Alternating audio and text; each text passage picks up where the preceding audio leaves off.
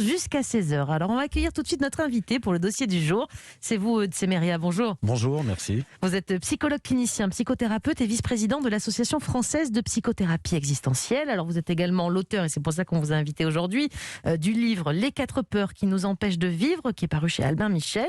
Alors on va rassurer la plupart de nos auditeurs tout de suite, tout le monde a peur, et c'est normal. C'est vrai que quand on écoute les infos, en ce moment on a tous peur d'une chose ou d'une autre. C'est normal d'avoir peur, même quand on n'est plus un petit enfant, quand on est un adulte. Ouais. C'est normal, la peur ça a une fonction qui est même génétiquement programmée, qui est de nous faire échapper au danger, de repérer le danger, on traverse la rue, on regarde, etc. Le problème c'est les peurs irrationnelles, c'est de ça que parle ce livre, les peurs irrationnelles, un peu obsédantes et qui perturbent notre vie. Oui, parce que j'ai 34 ans, si j'ai peur des crocodiles c'est plutôt normal, mais si en revanche Vous avez peur des crocodiles, Jimmy?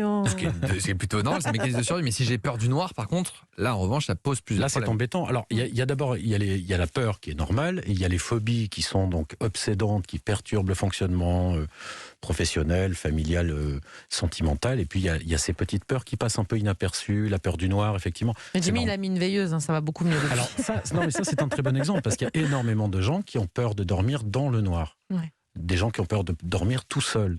Alors, ça passe inaperçu parce qu'on s'adapte et tout, mais ça témoigne quand même de la persistance d'une immaturité en soi, et qui elle-même se paye assez cher dans sa vie, parce qu'on ne maîtrise pas vraiment sa vie.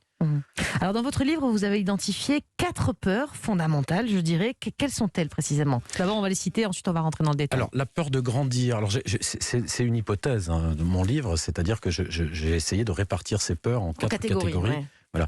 La première, c'est la peur de grandir, c'est-à-dire de s'autonomiser par rapport à ses parents, donc à sa famille d'origine. La deuxième, c'est la peur de s'affirmer, c'est-à-dire de se définir déjà, de se mettre dans une case. On dit souvent, il ne faut pas se mettre dans une case, il faut rester flou. Donc, quel est mon rôle, quelle est ma place dans cette société? La troisième, c'est la peur d'agir, donc qu'on retrouve dans la procrastination, la rumination, on tourne en rond, on n'agit pas, on finit pas les choses. Et la dernière, c'est la peur de se séparer, c'est-à-dire la peur de faire confiance aux liens. Est-ce qu'on va m'abandonner? Est-ce que... Voilà. Je trouve qu'elles sont bien choisies, ces catégories. Mais on va commencer par la première des peurs, la peur de grandir. Mais en quoi c'est effrayant de devenir un adulte? Moi, je me souviens à l'époque, j'étais pressé de grandir. Je voulais être grande absolument... aussi. J'ai l'impression que je voulais être grande depuis toujours. Mais une fois qu'on grandit, on se dit c'était mieux quand t'étais enfant. C'est pas exactement comme on l'imaginait, parce qu'on l'imagine un peu sur le modèle de l'enfant, sur les schémas de l'enfant. C'est-à-dire, on va faire ce qu'on veut. L'enfant, il est sans limite en réalité. Donc il peut s'imaginer. Ma fille qui a 8 ans par exemple s'imagine être vétérinaire, acrobate et tout ça en même temps. Oui, bien sûr. Donc, ça paraît chouette génial, comme ça. Si on pouvait. Ouais. Sauf que devenir adulte, c'est se heurter à des limites. C'est accepter des limites qui sont absentes du monde de l'enfance, sauf quand elles sont imposées par les autres. Mais quand on devient adulte, il faut se les imposer à soi-même.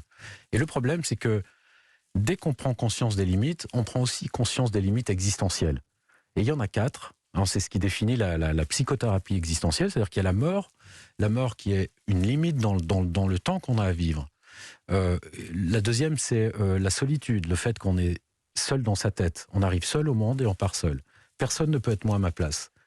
La troisième, c'est le sens. Quel est le sens de ma vie? Là, il faut que je décide. Vous voyez que toutes ces choses-là, on n'a pas à les penser quand on est enfant. Et la quatrième, c'est le fait de faire des choix, la responsabilité. Je suis libre d'agir comme je veux, je dois faire des choix, et ces choix m'engagent. À partir du moment où on accepte ça vers la fin de l'adolescence, alors on voit bien qu'il y a une espèce d'autoroute devant nous et qu'on ne sera pas veto et acrobate en même temps. Et qu'on ne peut pas tout faire et qu'on doit faire des choix, etc. Alors dans votre livre, vous évoquez ce rapport entre nos peurs et notre enfance d'ailleurs. Vous dites que même les problèmes de sommeil, les insomniaques qui se lèvent par exemple 2-3 fois la nuit, ces problèmes en fait c'est tout simplement qu'on ne sait pas faire ses nuits comme quand on était un enfant. Exactement, on dit toujours nos enfants ne font pas encore leur nuit et tout. Mais les insomniaques c'est pareil, ils ont beau avoir 30, 40, 50 ans, ils ne font pas leur nuit. En fait ils sont encore dans cette... peur de s'arrêter, parce que aller se coucher, c'est ça, c'est perdre conscience quand même. C'est être dans le noir, être seul aussi, parce que même si on dort à côté de quelqu'un, il y a une coupure qui se fait. Ouais. Donc, vous voyez qu'on est confronté à ces peurs existentielles. Et s'arrêter, c'est pas facile. Donc on a des tas de combines. Je vais m'endormir sur le canapé un peu malgré moi. Je prends des somnifères. Je mets la télé pour avoir un fond bruyant. Je mets la télé. Moi, je vois beaucoup de gens en séance qui dorment avec des écouteurs. Ouais. avec une émission de radio toute la nuit dans la tête. Ou Si une c'est petite Europe 1, BD. ça va, c'est pas trop grave. Et, Mais- et voilà, c'est ça. Et encore sans parler des doudous, Ouais. des Les choses doudous comme ça. adultes, ah oui. Bien sûr, il y a Ouais. énormément d'adultes qui dorment avec des peluches ou avec des chiens.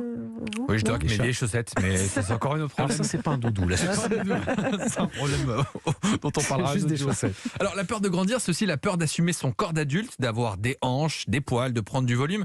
Et c'est ce qui pourrait expliquer, en tout cas, nous aider à mieux comprendre l'apparition de certains troubles comme la boulimie ou l'anorexie, notamment chez les enfants. Oui, alors, il faut pas réduire, hein, je veux Oui, pas bien sûr. réduire C'est pas toujours que ça, l'étiologie mais de ouais. de ces troubles.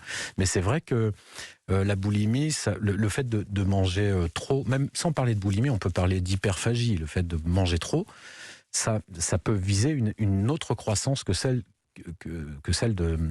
du corps en hauteur, disons, en développement, les hanches, les poils, etc. C'est parce qu'on voit bien que manger sans limite, c'est encore une manière de rester finalement dans son immaturité. L'anorexie, c'est pareil, c'est un refus d'un corps qui est toujours trop grand, toujours trop gros, et comme si, quelque part, on n'acceptait pas ce développement-là qui menait au statut d'adulte. Bien sûr qu'il peut y avoir d'autres causes, mais en tout cas, ça peut être sous-jacent, cette, bien sûr, il y a d'autres cette causes, peur hein. fondamentale. Alors, Oui. parmi les peurs qui sont d'ailleurs d'actualité, il y a l'hypocondrie, mais sans forcément aller jusque-là, le simple fait d'avoir peur des maladies du virus. Enfin, depuis un an, on vit avec ça, justement. Enfin, c'est normal, là, qu'on ait une espèce d'hystérie, d'hypocondrie collective aussi. L'hystérie collective...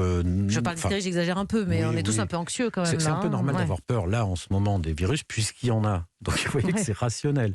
Par contre, l'hypocondrie, c'est pas rationnel. Ça apparaît souvent à la fin de l'adolescence, Ouais. vous dites pourquoi? Je l'ai vécu moi-même, d'ailleurs je le dis dans mon livre, tout à coup à 17 ans, 17-18 ans, vous vous rendez compte que vous devenez responsable de vous-même. Vous savez, pour comprendre ça, il faut parler des enfants malades, des petits-enfants malades qui sont à l'hôpital. On dit souvent ils sont très courageux. Ah, ils supportent... Alors oui, ils sont courageux parce qu'ils supportent des piqûres, des traitements, mais ils n'ont pas du tout conscience de la mort. La mort, ça ne les concerne pas, ça concerne leurs parents. C'est eux les responsables. Hein, et donc, à la fin de l'adolescence, vous vous rendez compte qu'en fait, vous êtes responsable de votre santé. Et la solution, finalement, pour ne pas avoir peur de grandir, c'est de trahir tout simplement ses parents. Et vous dites que la famille, d'ailleurs, c'est une monarchie et qu'il faut faire une révolution. Alors que mes enfants ne fassent pas la Les révolution ados tout de vont suite. vous adorer, là, je crois. Oui, on attend un peu avant la révolution. Oui, alors, vous dites tout simplement, c'est pas si simple, trahir ses parents. Ça peut choquer, hein, il faut mettre des gros guillemets. Alors, je parle de monarchie parce que quand on est un petit enfant, on doit une loyauté à ses parents. Et c'est une loyauté absolue. C'est pour ça que je devrais d'ailleurs parler de monarchie absolue. C'est-à-dire que les parents ont tous les... Et donc trahir ses parents, on peut le faire à l'âge adulte, quoi, c'est ça que vous voulez dire, mais c'est arriver à se séparer, couper le cordon un peu en quelque sorte, c'est Oui, ça? c'est ça. Mais déjà grandir, ça les travaille parce que les enfants, les parents veulent des petits bébés, des enfants, mais dès que ça grandit, ils ont des désirs, ils ont des volontés, ils veulent pas faire exactement comme nous on veut, etc. Donc trahir ses parents, au fond, c'est s'affranchir de leurs injonctions. Très bien. Séméria, pardon, on va poursuivre cet entretien dans quelques minutes, vous restez bien avec